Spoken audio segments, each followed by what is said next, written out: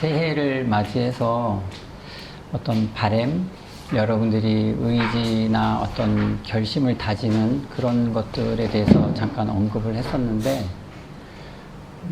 오늘은 조금 더 구체적으로 그거를 실천하는 내용에 대해서 여러분께 전해드리고자 합니다.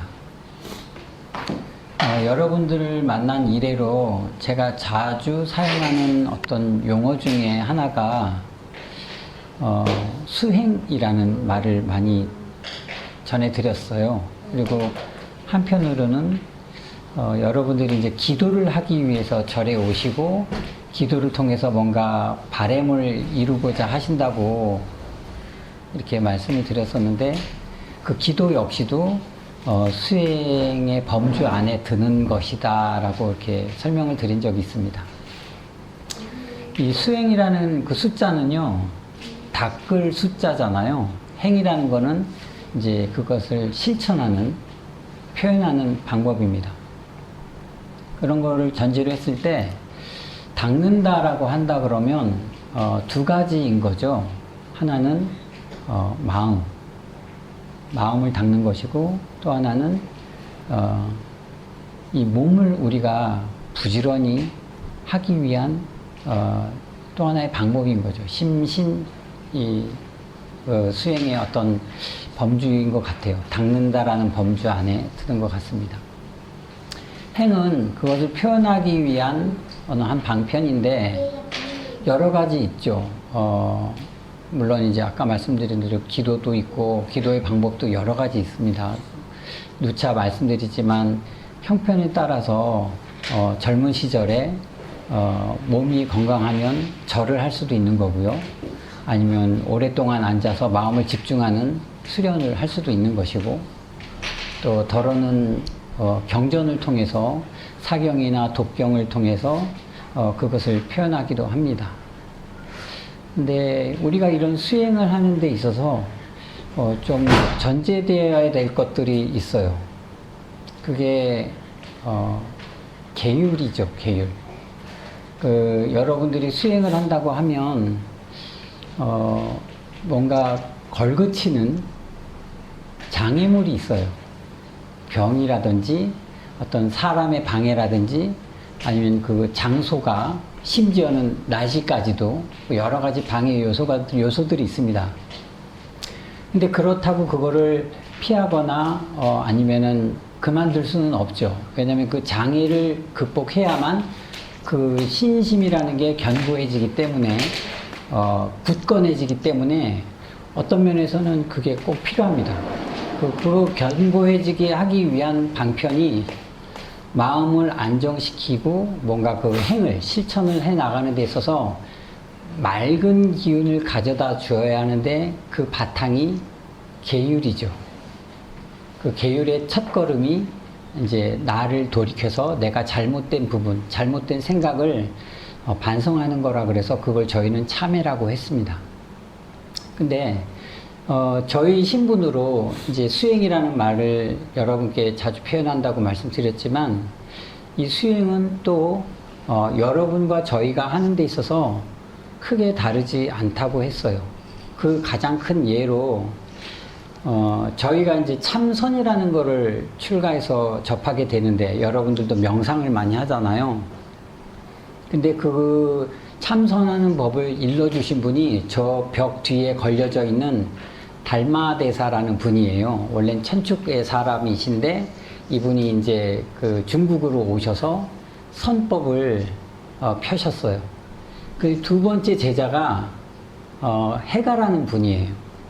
군인 장교였는데 사람을 전장에서 너무 많이 죽이다 보니까 어떤 무상을 느껴서 그 당시에 와 계신 달마대사에게 제자로서 받아들였으면 해서 그 의지를 보였는데, 그게 통하지 않다 보니까 스스로 한쪽 팔을 자른 것으로 그 결연한 의지를 보였던 분이 해가 스님이세요. 그 해가 스님의 대를 이어서 승찬이라는 스님이 계셨어요. 그리고 승찬과 도신, 홍인, 그 다음에 6번째 스님이 바로 대한불교 조교종의 원류가 된 육조 해능 대사이시거든요. 그 해능이라는 스님이 머무르셨던 그 산 장소가 조계산이에요.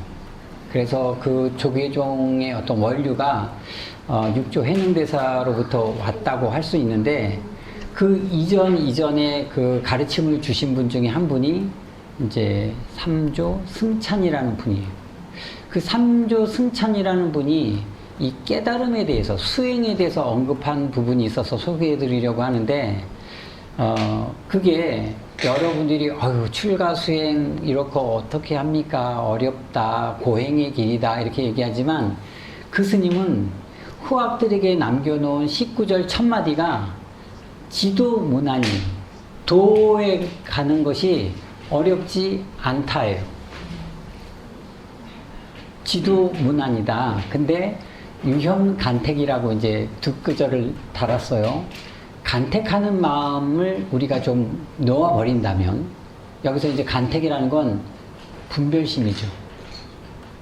좋다, 나쁘다, 옳다, 그르다.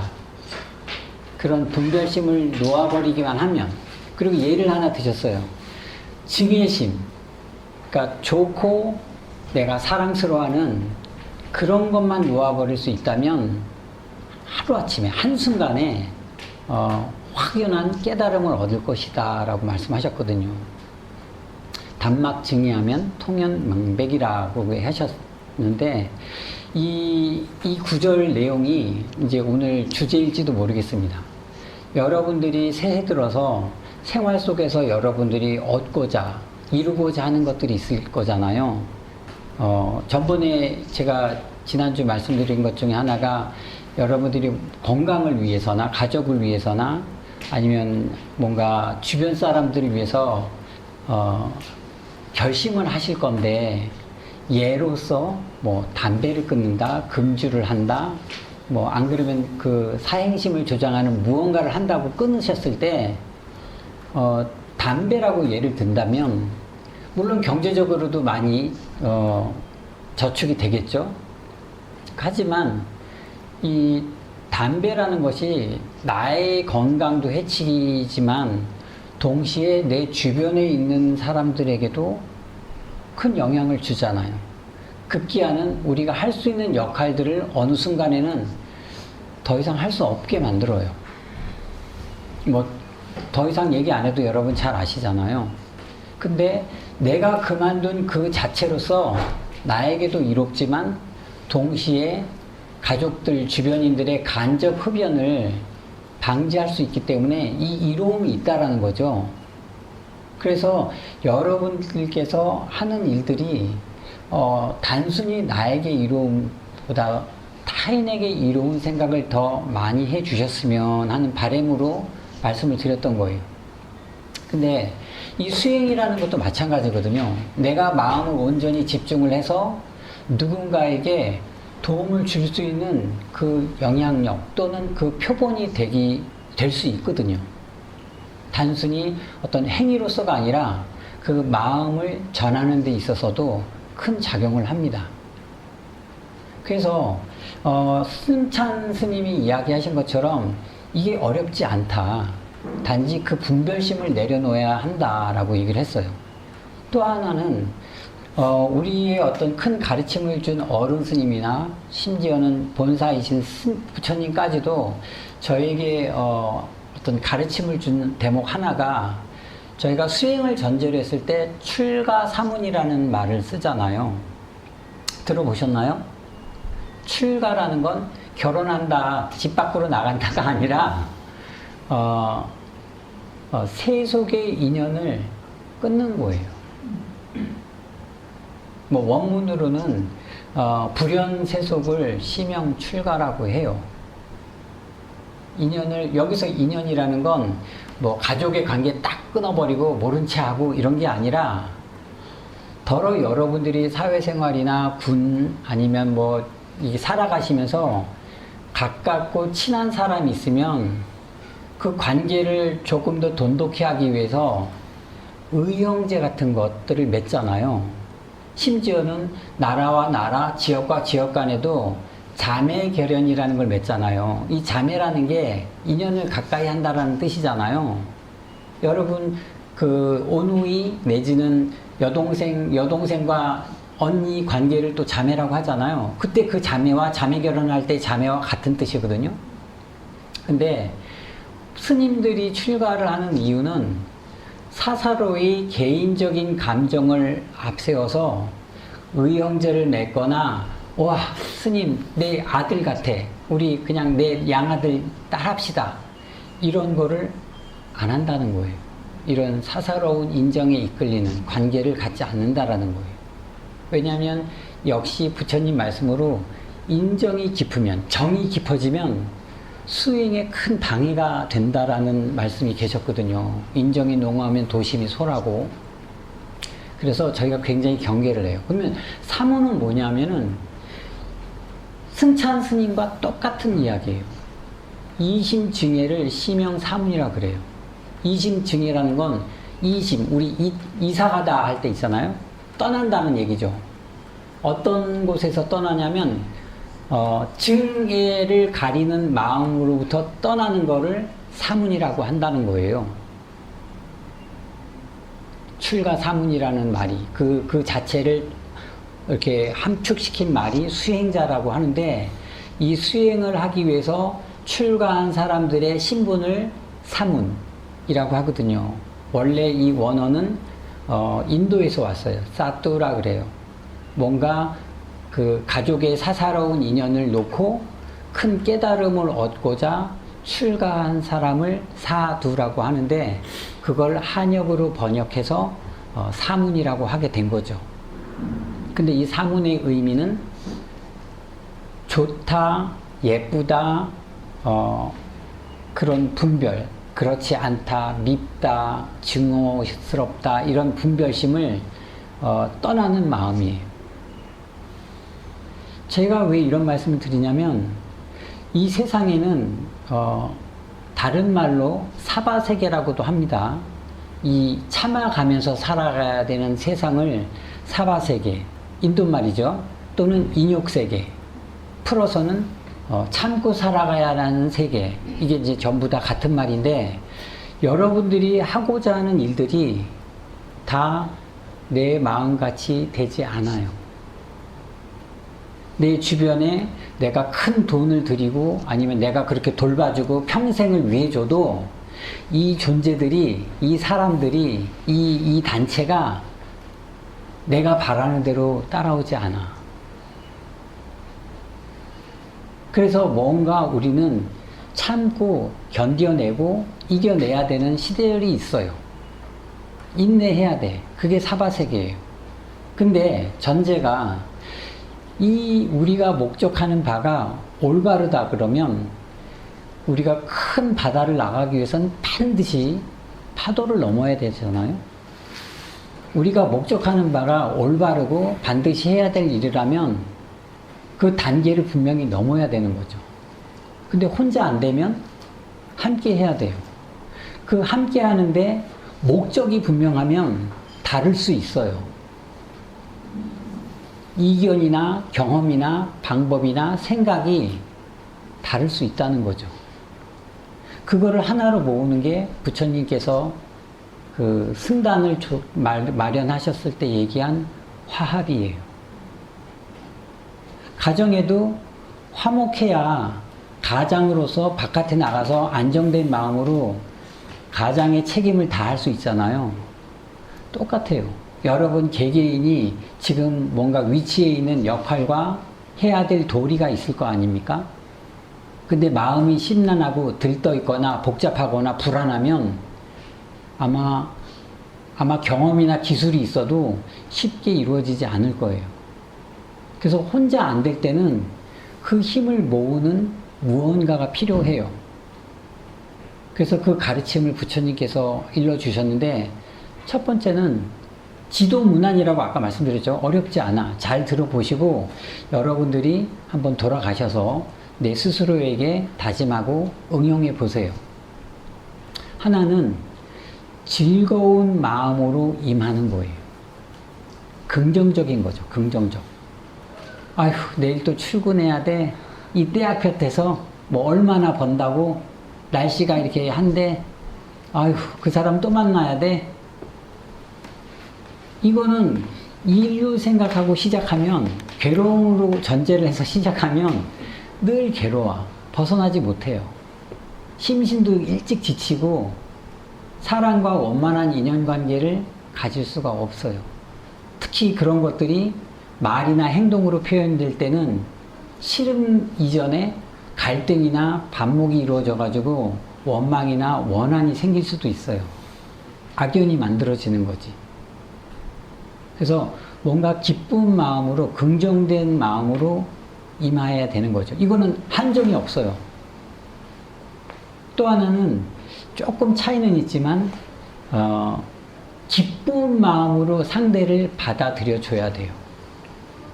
내가 입사 동기인데 그 사람이 뭔가 좋은 성과를 내서 나보다 조금 먼저 승진을 했어. 근데 형식적으로 말고 속이 불불 끓고 막 서운하고 그런 게 아니라 오늘 이 기쁜 마음으로 그 사람을 축하해주고 격려해주고 해줘야 그 사람이 나를 좋은 인연으로 이적해서, 혹시 압니까?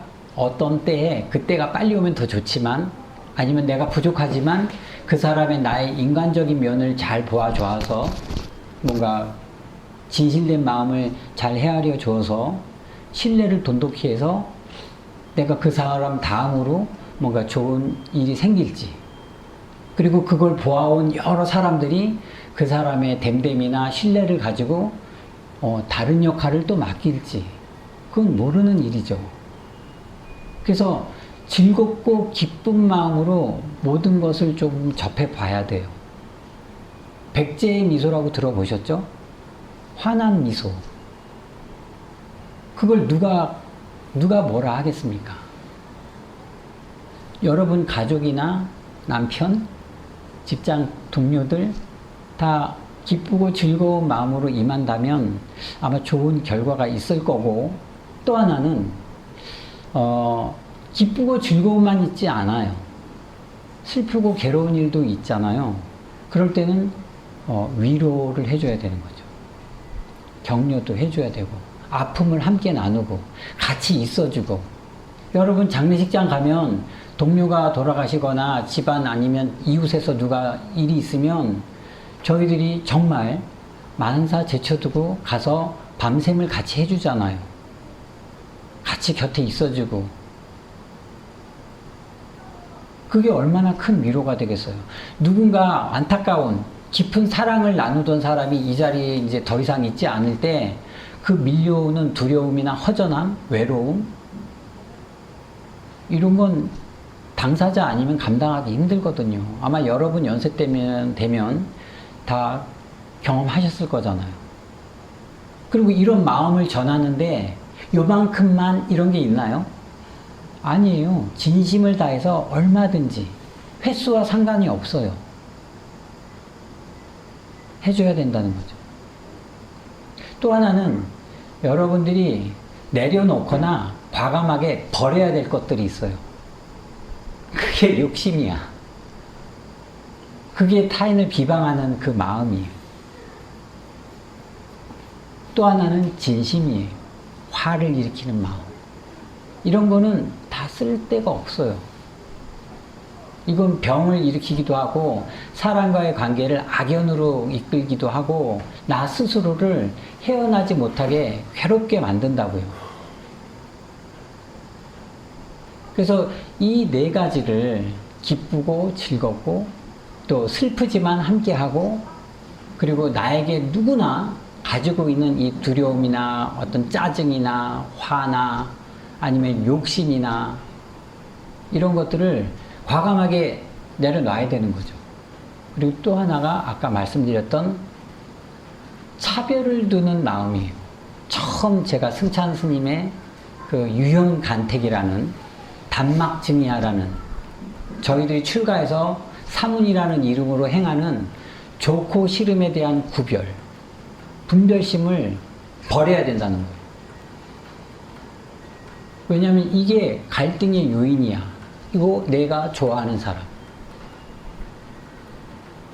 내가 함께하고 싶은 사람, 내 의견이 옳은 것, 너 의견 안 좋아. 분별이죠. 근데 그 분별을 뒤집어 놓으면 바로 부처님의 핵심 사상인 평등이라는 게 나타나요. 다름을 인정할 때. 그게 나쁘다라는 게 아니고 다를 뿐이에요. 우리가 아시잖아요. 나이도 달라. 성별도 달라. 자라온 배경도 다르고 교육 환경도 달라. 경제적인 사정도 달라. 내가 취하고자 하는 능력도 달라. 우리는 그 다름 안에서 살고 있어요. 근데 그게 어떻게 잘못됐다고 판단할 수 있습니까? 우리가 조금 더 마음을 조금 편안하게 하고 넓게 해서 그 다름을 받아들이면 우리가 찾는 그 행복과 평화가 그 안에 있다니까요. 지금 전 세계에서 각 지역에서 자그마한 단체에서 일어나는 모든 갈등이, 심지어는 가족 간에서도 일어나는 갈등이 그 다름을 인지하지 못하거나 받아들이지 않기 때문에 생기는 거잖아요. 손해보지 않으려고. 내 뜻을 관철시키려는 그 고집. 인정하지 않으니까 본인도 괴롭죠. 그 괴로움이 계속 이어가잖아요. 그래서 미워지죠. 싫어지고 원망스럽고 때로는 그게 사회적인 큰 무리를 일으키기도 하잖아요. 심지어는 나를 낳아준 부모를 해하기도 하잖아요. 왜? 그 다름을 서로 받아들이지 않기 때문에. 그리고 그 다름을 좁히거나 없애는 방법이 우리가 믿고 의지하는 그 가르침 안에 있다라는 사실인 거죠. 그래서 두고 이게 어쩌면 여러분께 이 새해에 이제 제가 말을 내뱉었으니 다음 주에는 어떤 말로 또 여러분께 도움되는 말, 여러분들이 잘 받아들이시면 도움된다 생각하시겠고, 아이고 이번 주에는 무슨 잔소리를 또 하실라나 하면은 잔소리로 남겠지만, 어느 때에는 제 역할이 그런 거라서 부처님 가르침을 전하는 그 역할이 있기 때문에 귀에 따갑고, 충어는 여기라고, 좋은 말은 귀에 거슬리기 마련이에요. 약은 입에 쓰잖아요. 여러분들께 어떠한 한마디가, 또 어떠한 행동 하나가 마음이 전달될 때가 있을 거라고 믿어요. 그래서 저는 그칠 수가 없네요. 제 역할을. 그리고 이 연꽃선언에서 여러분과 함께하는 시간이 오래오래 지속되기를 바라는데, 그 첫 번째 주춧돌이 들어보시면서 커다란 컨테이너 보셨나요? 네. 예, 컨테이너에서 제일 큰 거라는데 거기에 15톤짜리 돌이 들어있어요. 그거를 지금은 돌이라고 표현하지만 잘 쌓으면 공든 탑이 되는 거죠.